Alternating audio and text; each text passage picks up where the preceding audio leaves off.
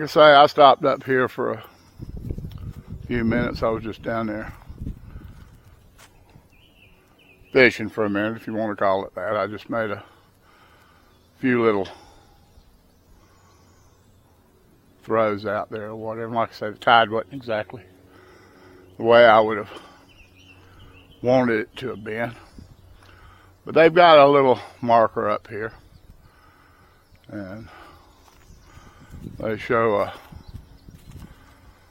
necklace and an illustration of a necklace and a cross through here. And they come in here, I know they were here probably 5 or 6 years ago, and they done some excavation, and I know they had been here at least once before that. And even though there's nothing left here of what was here then, but and the Timucuans were in this area for several thousand years, and so the Spanish were here in Florida, and well, of course, Columbus was here in 1492, but pretty much down in the southern islands. But anyway, they were up here in North Florida, early 1500s. And the Huguenots, of course, were here. The French come a little bit later, tried to get in on it. But anyway, the Timucuans have been here for quite some time before the white man came. But this was one of their settlements down here. And they found a lot of pottery and some arrowheads, a lot of oyster shell beds up under the dirt. The oysters were a big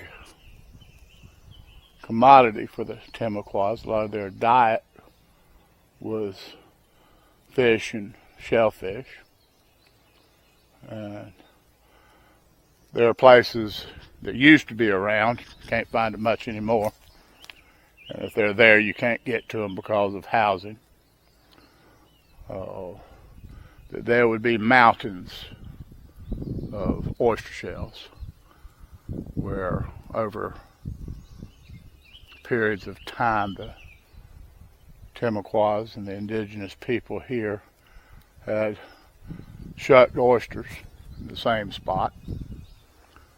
But anyway, in I think it was 1678, the Spanish Catholics came in here with, I think it was about 300 people, and they actually made a little settlement here. Now, settlement was only here about a dozen years, 10, 12 years, something like that. It wasn't long that it was here. And the reason they left is because there was conflict between the Spanish and the French. Now, the Spanish had come in down around St. Augustine, and the Huguenots came up the coast here, and they come up in what is now the St. Johns River, has been forever. But they, when the Huguenots got here, it was in May, and when they discovered the St. Johns River, they called it the River of May. Some point in time later, it became known as the St. John's River. I'm sure that was come from the Spanish Catholics. But anyway, the Huguenots came here, and they landed over around Fort Caroline area. So while they were over there, they built a little mound over there, so to speak. Kind of sort of to scratch out their territory, I guess. Then they crossed over the St. John's, or the River of May. They come over to the north side of the river and explored for a little while.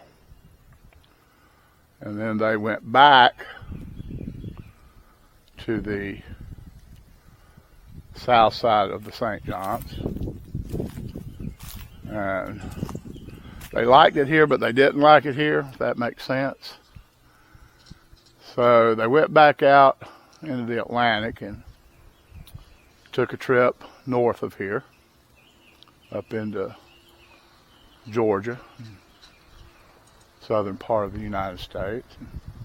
Anyway, they ended up coming back, and they started a settlement in Fort Caroline. And they built a fort at Fort Caroline, and it was there until the Spanish got wind of it. And I'll do another video on that whole incident. One day I'll go over and do Fort Caroline. I've been going to do it. There is a memorial in a park over there. But anyway, the Spanish attacked Fort Caroline and massacred a good portion of the Huguenots. And like I say, that's another whole story altogether. And the Huguenots, not long after that, pretty much picked up and left, and their stay in Florida was pretty much ended. They ended up going north, of course went into Canada and the northern part of the United States, and started trapping, is what they done up there. And that's another whole story in itself. But anyway, right here in this area here is where they done their excavating, and you can see here on the ground, or I hope you can see, there's a lot of oyster shells on the ground. And normally you wouldn't see many oyster shells up this high, but this is where the Timucuan village was, and where the Spanish come in 1678 and built a little settlement. Like I said, there ain't nothing here now. You wouldn't even know it. Anything that's ever been here before. So, like I said, I wasn't going to take much time on this, but it's just an interesting little place, and it's part of the preserve out here. So, they've bought up a lot of land out here between the federal government, the state government, and the local city of Jacksonville. They bought up a lot of land out here or whatever, and made it into a, well, actually a bunch of little preserves, kind of all put together. And it's a good thing it's here, because I'll tell you, they are moving out here and building homes in droves. It's amazing how much housing they're developing out here. And like I've said before, I know that we need housing, but we also need to preserve our history. We also need to preserve land for our fellow inhabitants on this earth. Wildlife. In fact, there's a bird sanctuary right down the road here, not too far, about half a mile. It's part of I think it's part of the Audubon bird sanctuaries, if I'm not mistaken. But they've got about 100 acres, I think, down there. So anyway, with that, once again, I'm going to close it out. Thank you for listening to me ramble a little bit about some local history. Appreciate your time. I'd appreciate it if you'd like, subscribe, and make a comment.